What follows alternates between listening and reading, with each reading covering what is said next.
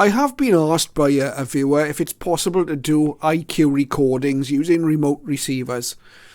By IQ recordings, if you remember the time machine video I did earlier, where I showed how you can record a chunk of the radio spectrum, the HF spectrum, and tune through it later on at your leisure as if you were tuning the band live. That's what we're talking about. Now, it is possible to do IQ recordings to a limited extent anyway, remotely. Not using the KiwiSDR, however. If we look quickly at the KiwiSDR, and I'll just go to my own Kiwi. And hopefully you can see that. I'll just start that. Turn the volume down. And we'll have a look at a busier part of the 49 meter band there. So we can see the spectrum. But here, all we can do is make an audio recording. Okay. So if you see this red arrow next to the speaker symbol here, if we click that, we are now making an audio recording of whatever we're tuned to. In this case, nothing, but we'll put the cursor over a station. You can see this arrow is now rotating as the Kiwi is recording that audio. So I'll just stop that. Of course, all we're going to get from that is, as I said, an audio recording. We're not going to get a chunk of spectrum we can tune through. It's just a simple audio recording, but that is all we can do really with the Kiwi. So we'll just close the Kiwi and go back to my desktop, and I'm going to open an SDR program called SDR Console. You'll have seen this before, I'm sure, and if not, I've got some videos covering SDR Console. Now, SDR Console is normally a program I would use to directly control my own SDR radio.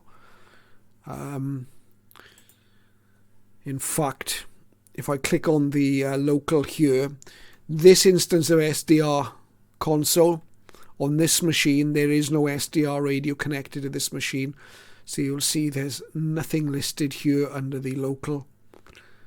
We can, however, connect to remote servers using SDR Console, and there are a number of people that have made their SDRs available running the SDR Console software.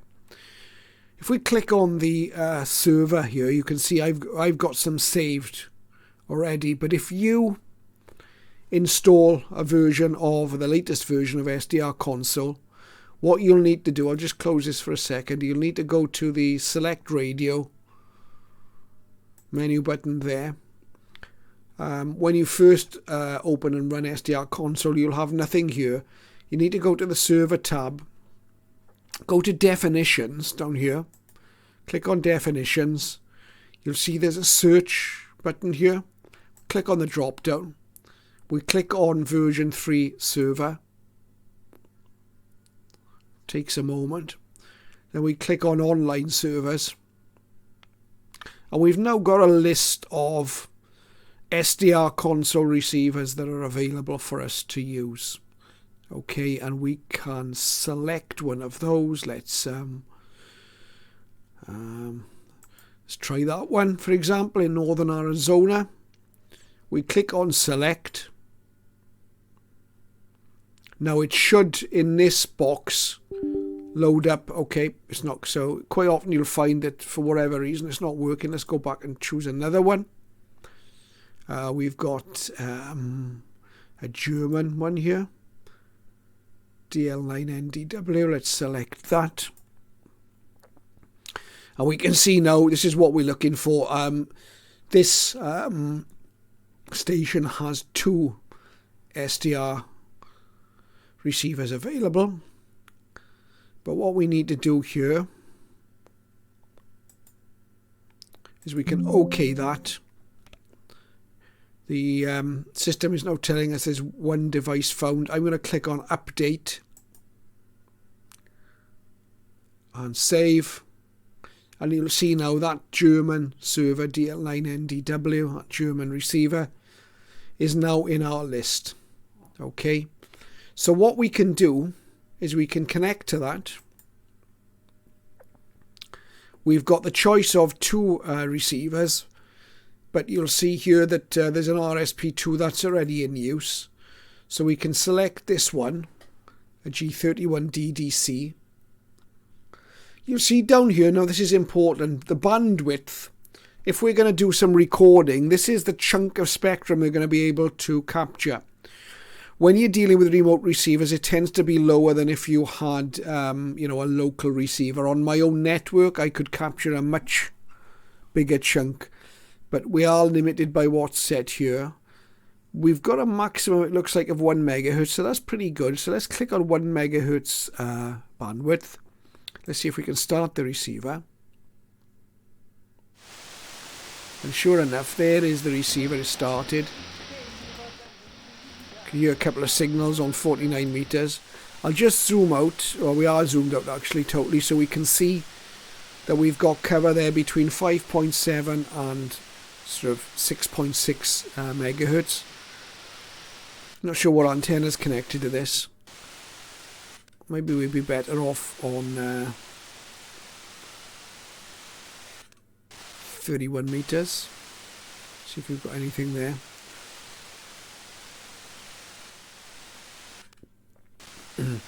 Possibly not connected to the best of antennas. This, of course, is nothing we can do about that. What I will do, I'll show you hopefully a better receiver here. I'll stop that. We go back to select radio. And I've got one saved here. Let's see if we can connect to it. Okay. So, again, we can select a bandwidth maximum of 1 megahertz. They haven't all got 1 meg maxes. You'll find some of these remote receivers have a lot less. And, we're at the mercy of the internet connection, I guess, at the other end. And the bandwidth is capable of using. Let's start this receiver. You can see it looks a lot more lively, doesn't it? Let's go to 49 meters. Okay, I'll just turn the volume down a little bit. You can see here we're running from 5 megahertz to just under 6 megahertz, but we can move that. Let's move up the band a little bit. We'll center that. So we've now got a good spread of 49 meters. We can just, in the normal way that we would with any SDR receiver, we can tune around it. I quite like SDR Console. I like the display and the controls. Looks like there's a pirate radio station there. We can zoom in a little. Let's center up on that. Let's zoom in. You see a few interesting signals here. Okay, but what we actually want to do, we're going to zoom out again so we can see the entirety of what we're looking at. Let's zoom right out. Up here we've got record playback. We'll click on that. We're going to record right on the left here. These are audio recordings like I showed you in the KiwiSDR. So if you click on this record button, you will just get an audio file of whatever you're actually listening to at the time. But if we click this record button here, we're going to do an IQ recording. And if you can hear the dog snoring here, I do apologize. She's on my lap snoring away. We'll click on this record button. And you can see this is where I'm going to save the recording to in my G drive on the PC. I just click the start button. And you can see now that we're recording. Our center frequency happens to be 6249. That's all that frequency represents. We've got 1 megahertz of bandwidth, so we'll be from 6429, we're looking down 500 kilohertz and up 500 kilohertz. And we'll have a chunk of spectrum, which I'll show you in a moment, that we can play back. Now, the limitation of the SDR console is it's one user at a time, so we could well have accessed this receiver and found it to be in use, and there's nothing we can do about that. With Kiwis, you can have multiple users at the same time. But the big advantage of this is you can do these IQ recordings. They'll be saved locally to your PC. Won't affect the remote server. Just be saved to your PC. But you will need to install SDR Console software, even if you're not running an SDR receiver of your own. In order to access these remote SDRs, you'll need a copy of SDR Console, as I'm showing you. And in order, in any case, to play back the recorded files, you'll need SDR Console. So I'll just stop it there. I'll just stop the recording there. So we've got enough just so that we can demonstrate what we're doing. I'll stop it there. Now, if we want to play, see, we're still listening to the receiver live, if you like. So I'll go back to the home page for a second. I'll stop that. So we're no longer now connected to the remote SDR. But if we go to the record playback tab again, we can go to open up here, and we've automatically gone to the recording file. If you remember, it was on my G drive, and we should be able to see now. I'll just do a reload. And here we are, look.